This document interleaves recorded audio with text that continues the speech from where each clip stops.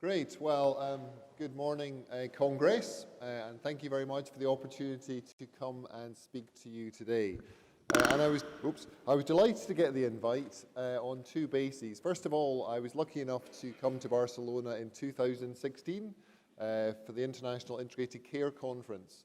And that was one of the best events I've ever been to on integrated care, partly because of the fantastic learning that was being shared from Catalonia and other regions of Spain. And the second reason I was delighted to be here today was a bit of reassurance. It's been quite traumatic, being honest, in the UK as we try and go through the Brexit process. And it's nice to know that we've still got some friends and colleagues and supporters in Europe who are willing to spend time with us and to learn with us and from us. So thank you for that opportunity. And these are exciting times, I think, for integrated care.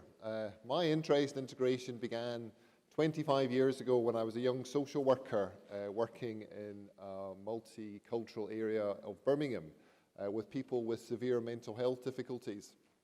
And even at the tender age of 24, I could recognize that we weren't going to make a huge difference to people's lives unless we were able to bring together health and social care, but also think about some of those wider determinants of health, such as housing, leisure, money, and friendships and connections. And what's been really great over the last 2 decades is to see that integrated care has gone from being focused so primarily on vulnerable groups to being something that we expect more generally for people in our health and care systems. And led by the example of the World Health Organization and by national governments up and down the world, we've seen integrated care come out from the suburbs into the main spotlight of health and social care planning. And that's great to see. And what that means is that we've got a real opportunity to learn between our healthcare systems. And I often think we've got a common aspiration, but also some common problems. And what we're recognizing in the International Journal of Integrated Care that the quality of research on integration has improved vastly over the last 10 years. Much of that is coming from Spain, but also from America, from Australia, from the United Kingdom, and other countries. And that opportunity to undertake robust research, to learn the lessons and to share that is something that we must all carry on together as we do this shared endeavour. So my presentation today is going to be to try to tell you in a very short space of time what are the main points of learning that you can take from the United Kingdom. And as Claire said in her talk this morning, United Kingdom is an interesting study of health and social care policy in general. Because whilst there's so many common elements across the four nations of the UK in relation to privately owned general practice, in terms of large public bodies providing hospital services and mental health services, in terms of a diverse market for social care providers from the independent sector and the voluntary sector, each of the home nations, England, Scotland, Wales and Northern Ireland, also has a high degree of autonomy about how it takes forward health and care policy. And in an easy metaphor to understand that, it's as if they were all chefs and they have similar ingredients, but they all cook their recipes in slightly different ways. And what that means is that we can try to learn from their different approaches, their different insights, into how we can achieve a common goal, in this case, integrated care. And some of the difference between the home nations are to do with their traditions, just the way they've been set up over the years before. Some of it is to do with their contexts. So both Wales and Scotland, for example, as you may be aware, have to work out how to support populations who live in very wild, remote, hilly, mountainous areas.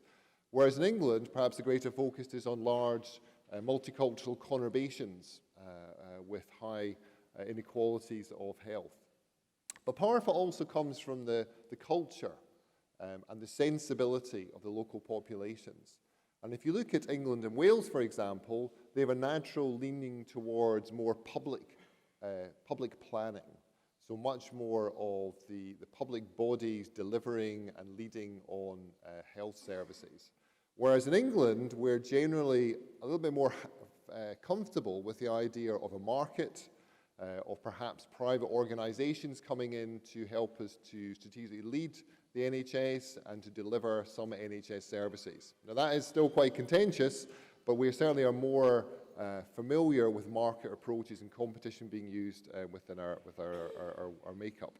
So what this means is that we've got four nations who have a lot of similarities, but also some key differences to the way they govern and they plan health and social care services. And there are some key differences that leads to. So, for example, in Scotland, there are free prescriptions, whereas in the other 3 home nations, you have to pay for those. In Scotland, you get free social personal care, whereas in the other 3 nations, again, you have to pay for that. And that creates a key difference in the way that people access social care services or the prescriptions, which affects the behaviour of those patients and the wider populations.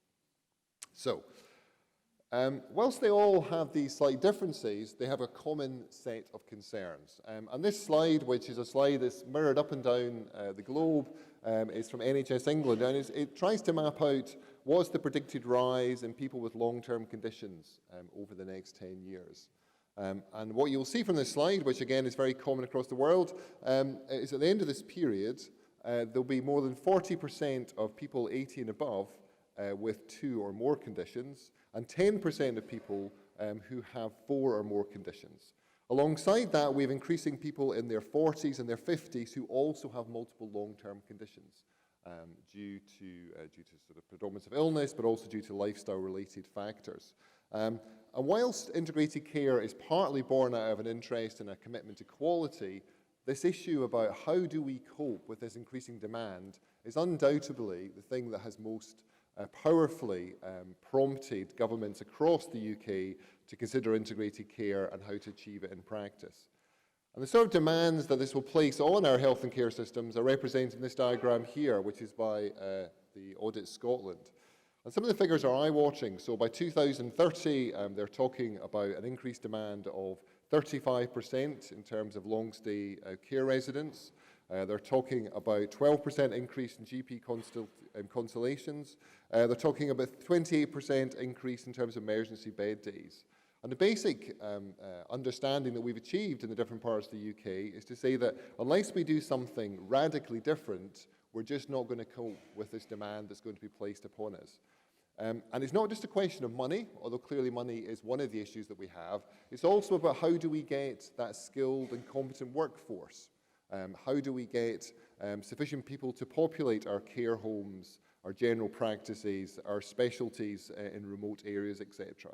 So there's a widespread recognition across the UK that unless we do something radical and sustained, we're not going to be able to cope with the demands that are put upon our health and care system. And what that's led to is a really interesting common vision across the 4 nations. Despite these differences to do with their context, their traditions and their history, they come up with a very similar answer to what the issue would be. So we've got in top left there, we've got the idea from Scotland of moving more services from hospital into the community and trying to, 1, prevent people going into hospital, but 2, help people to leave hospital. In the top right, we've got the idea from England of planning at different levels. So recognizing that some services are better thought about and integrated at a regional level, whilst others are much more suitable to be planned around in neighbourhoods of 50,000 population.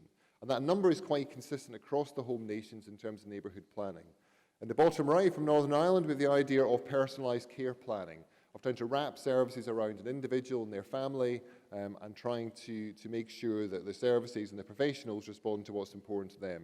On the bottom left, we have a lovely diagram from Powys in Wales, which is a very rural area of Wales, which talks about the fact that we have to think about the determinants of health, that we have to engage with people in their own self-management, in trying to connect with other resources in their local community in terms of keeping themselves well.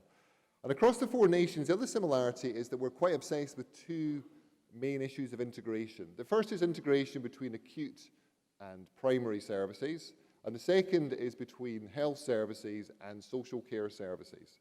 And the long-standing nature of these issues is such that in the 1990s, it was famously described as being the Berlin Wall between health and social care, where you had two different sets of systems who found it so hard to work together, despite the fact they were both supporting the same populations. So 4 nations and 1 common vision.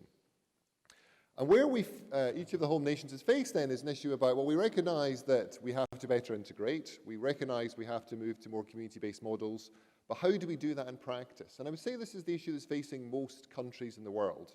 So we have a common aspiration to achieve the triple aims of better health, improved care experience, and lower cost. We understand some of the interventions that we can use at different levels of the system, so thinking about financial incentives and performance frameworks, of organizations, of those basic units of delivery of health and social care, of bringing together professionals in terms of their different skills and abilities, and then wrapping services around individual people. We know some of the different interventions we could use. What we don't understand is what is the right blend of interventions that we need to use in different contexts.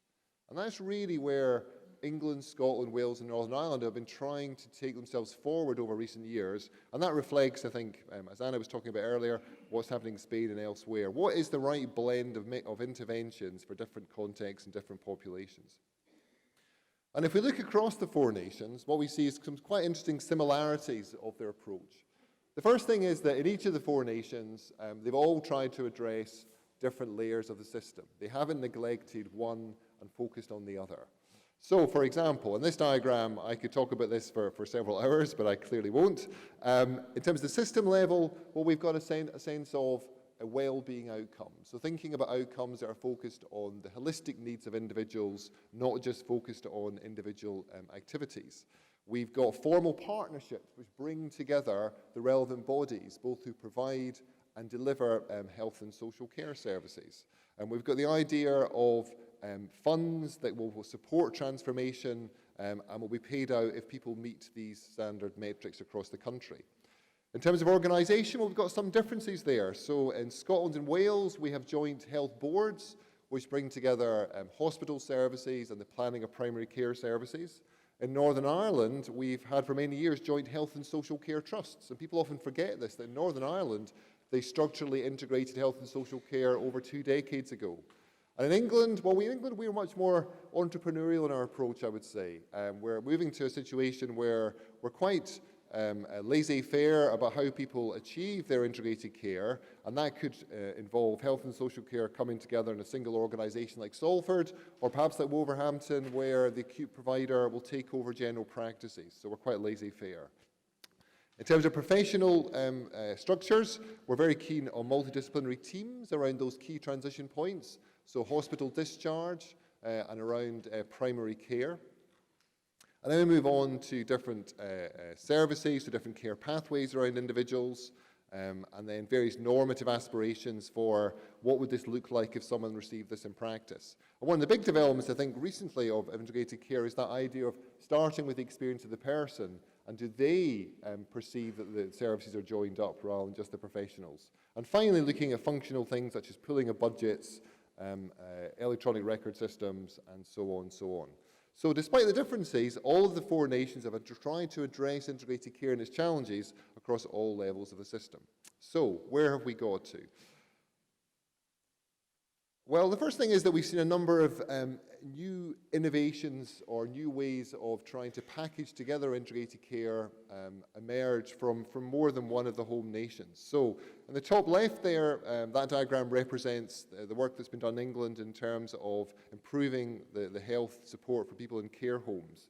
And Rona's going to talk about that in a minute, so I won't dwell on that as such. In the bottom left, this is the Healthy Prestatyn model, which is a new model of general practice that was developed in North Wales.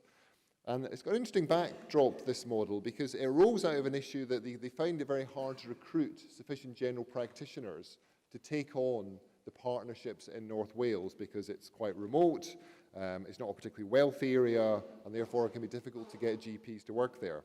So the health board took back a number of general practices, which is quite unusual in the UK, and used the opportunity to develop a model in which patients would not always see general practitioners as their first point of contact. And when they started off doing the model, when they surveyed the patients said, well, we don't want that. We want to see our GP. Our GP is the person that we trust. They're highly qualified. They've got a status. That's who we want to see. But then when they went back 6 months later, they said, the patient said, well, actually, we've really enjoyed the fact that we can get hold of a physiotherapist, the fact we can see a pharmacist, and we can see them quite quickly. And it was an interesting example of where the patient opinion changed as they experienced a different type of service. In the bottom right, we've got the British Health Foundation project, which worked across Scotland and England, which looked at how can we improve the care and support planning that people receive. And this was based on the House of Care approach, which very much puts the emphasis on people being prepared for their consultation with their health professional. So rather than somebody just turning up at the general practice, seeing their doctor, seeing their nurse, responding in the moment to what their diagnostics say, it's very much focused on giving people time to prepare, to think through their questions. It focuses on what's important to them as people and tries to generate a more meaningful dialogue between the patient and the practitioner.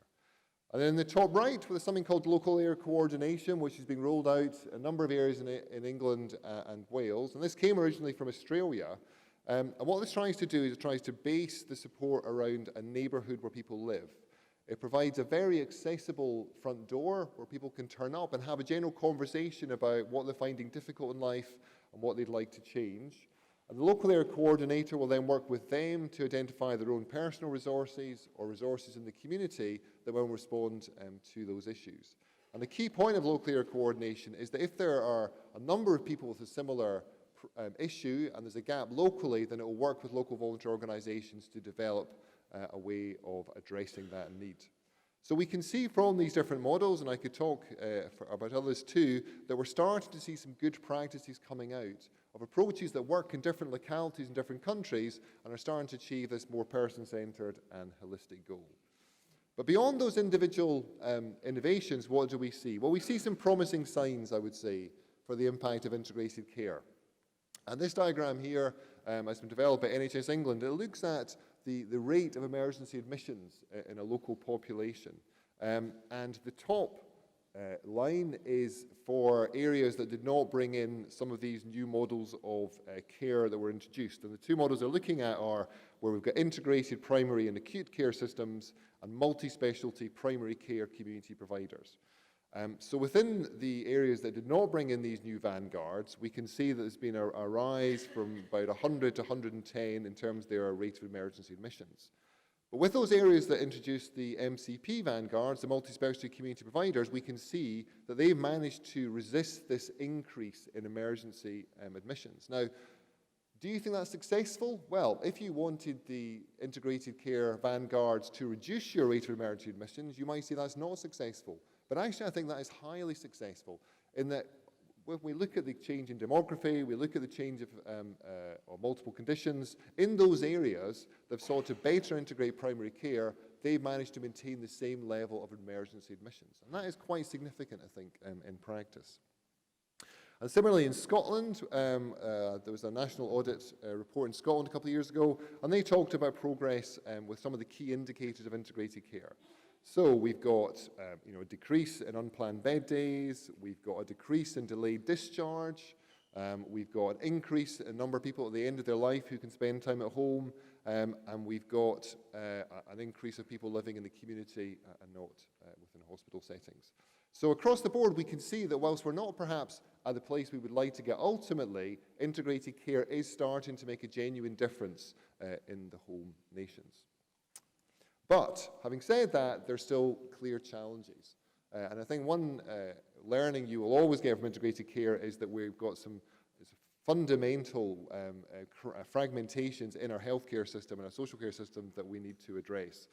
And so recent reports across the whole nations all identify the fact that, yes, we're making progress, but actually there's still more to do. So, for my last few minutes then, what's our overall learning? So I think there's some shared learning points we can have across the four nations of the UK. The first is, and we've heard this a number of times at the conference already, that integrated care is more than health and social care. Yes, bringing together personal care services for people living in their own house or in residential care homes with healthcare services, both primary and acute, is really important. But actually, it's not enough. When you talk to people that what's important in their lives, they will talk about the need to live somewhere safe, the need to be surrounded by people who they can have interaction with. And so therefore supported housing and different housing options are absolutely part of integrated care. Alongside that, we need to think about other opportunities to enable people to maintain their health and well-being. And the picture on the right comes from a project that Royal Ballet, who are based in Birmingham, did in Handsworth, which is a multicultural area, And when they tried to go out to community centres and to give people who live there the opportunity to engage with this art form and also to keep fit. And we need to see much more of that going on if we're going to genuinely address the needs of the population. And one of the issues we've got, I think, is that in the evidence base, and as so often the way, the evidence base of such social care interventions is much less developed than that of healthcare interventions. And you can look at that in two ways. One way you can say, well, why would we invest in that? Because actually the evidence base is much less. But the other thing is just to recognize the fact that the intervention may be very promising, but we just haven't done the research because we haven't put the funding into it. So integrated care requires more than health and social care. The second things we can learn from the UK is that system factors are important. It is very helpful to have a common IT record across acute and primary and between health and social care. There's no doubt that makes it easier if professionals are motivated to understand what's going on for a person. The other thing that's important is that money and the incentives and having sufficient money to support a system is also very important. But I often hear when I do these conferences and in events in the UK is that you hear time and time again people say, well, we'd only work together if we had a shared IT system and if our financial incentives were lined up. But I don't think it's as much as that. And I can see areas where you have got those in place, but it still struggles to be more integrated. And to really achieve integrated care, we have to address the fundamental gap that we currently have amongst the competencies and the commitment of our frontline professionals. I know this is quite a dramatic thing to say, and we started to touch upon it in the earlier session this morning, but not all our doctors, our nurses, our social workers are actually that good at integrated care. Some of them are not that good at being holistic with their patients, and many of them do not understand really what the world of the other health professionals are. And I see time and time in my research, this as being a common problem, that we expect our professionals to be suitably trained up, skilled, motivated to behave in this way, but actually that's not always the case. So we have to be honest about that, I think, and we have to say that the training that we currently provide has not always prepared people for integrated care. The appraisal systems we have often only rely on feedback from peers. It doesn't get real feedback from other professionals or even patients. And our ongoing CPD systems are also often fragmented and siloed. So we need to do much more in the front line to enable our professionals to be competent. And alongside that, we also have to recognize it's not just the professionals who have to behave differently. It's also the managers. It's also the people who are responsible for overseeing the services, for running the organizations. They have to understand what it means for them in terms of working in a more integrated way, of sharing budgets across their organizations and be able to live with some of that reciprocity and shared responsibility. The third thing is that we have to be very rigorous in our approach to transformation. And it can often feel, for people trying to do integrated care pilots, that just getting it going is a challenge enough. Just to get interest from the local organizations and for the patients in terms of being worried about things changing, in terms of getting the money in terms of systems getting going, that can be very challenging. But we have to be very rigorous in our approach to transformation. And we did a big project in Wales looking at primary care transformation and moving more to more integrated models. And we looked internationally at some of the areas that have actually made sufficient progress in integration. What was interesting was all of them had some differences, but some similarities in the way they approached that transformation process. So they talked about things like evaluating on an ongoing and an impact basis, in terms of engaging patients and communities, in terms of ensuring their staff were supported to learn the new skills, and in terms of facilitating the change process. This makes me strongly believe that those are the elements that we need in place if we are to achieve transformation. And finally, we have to recognize the importance of leadership. And when we think about leadership for integrated care, we're not just thinking about leadership of those in the most senior positions, although it is important that they engage with this notion of working across the system. We're also thinking about leadership throughout the system. We're thinking about people who are clinicians, people who work on the front line, also taking up that mandate to try and influence others and to try and improve what they do and to more wrap around the needs of patients and carers. And whilst this might seem a huge challenge, and despite the fact that we've invested a lot of money, there's still a long way to go, it can work in practice. And one of the best examples, I think, from England of integrated care actually working is around the needs of people with learning disabilities and complex behavioural needs. And in 2011, we had a terrible tragedy where one of our private hospitals was found to be serially abusing and neglecting people with autism and a learning disability. This was called Winterbourne View. And this was created not just by a poor culture in the organisation, but also because the commissioners, the professionals, the regulators who were supposed to work together to protect those individuals failed in their duty. And that led to a huge set of national inquiries, an outcry about how can we treat these vulnerable people so badly. And we've still got some way to go before we fully implement those recommendations from the inquiry.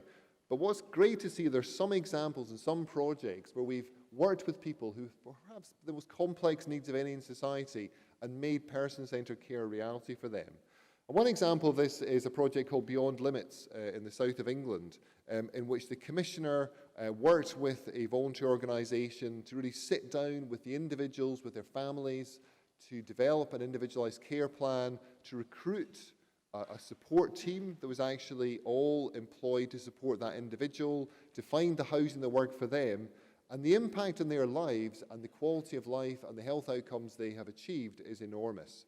And there's a couple of quotes there. One is from a woman called Hannah who moved from an institution into Beyond Limits, that she's got a confidence back and she's got her independence. And that's a very profound progress for somebody who spent many years in institutions. So I think my time has come to an end. I look forward to your questions, and hopefully that was some insights into some of the progress we're making in the UK. Thank you very much.